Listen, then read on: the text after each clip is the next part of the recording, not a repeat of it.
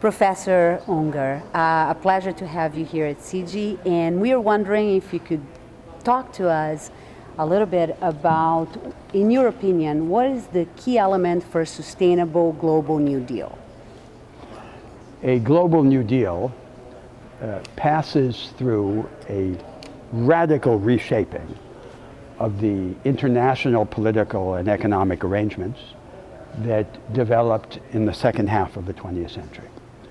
The arrangements that were created in the aftermath of the Second World War have tended to impose on the whole world a narrowing funnel of institutions and practices. They want to force humanity to follow a particular path in the name of economic openness and political security. And the consequence is that the enemies of the formula that is imposed then become unnecessarily enemies of the political security and of the economic openness.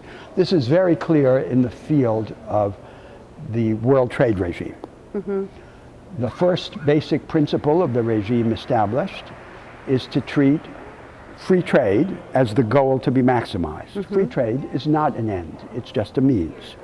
The goal ought to be the maximum coexistence of alternative strategies of development and alternative experiences of civilization within a world economy that gradually becomes more open.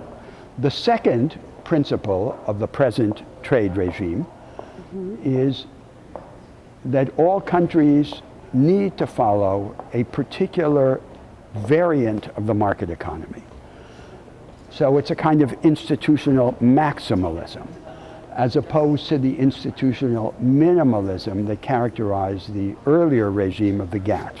What we should want is the maximum of economic openness with the minimum of institutional restriction.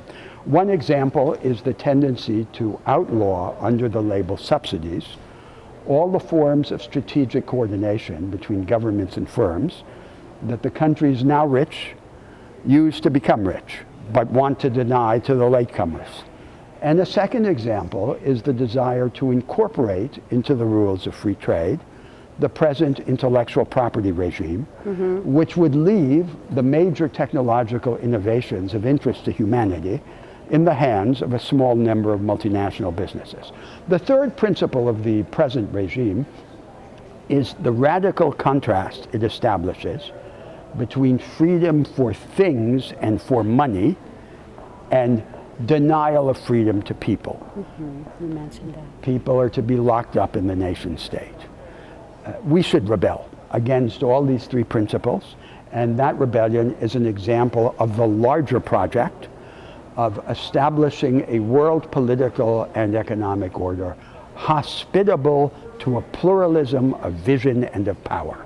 That's what humanity wants, to lift up the capabilities and the experience of the ordinary man and woman, and not to have imposed on it a formula by the great powers.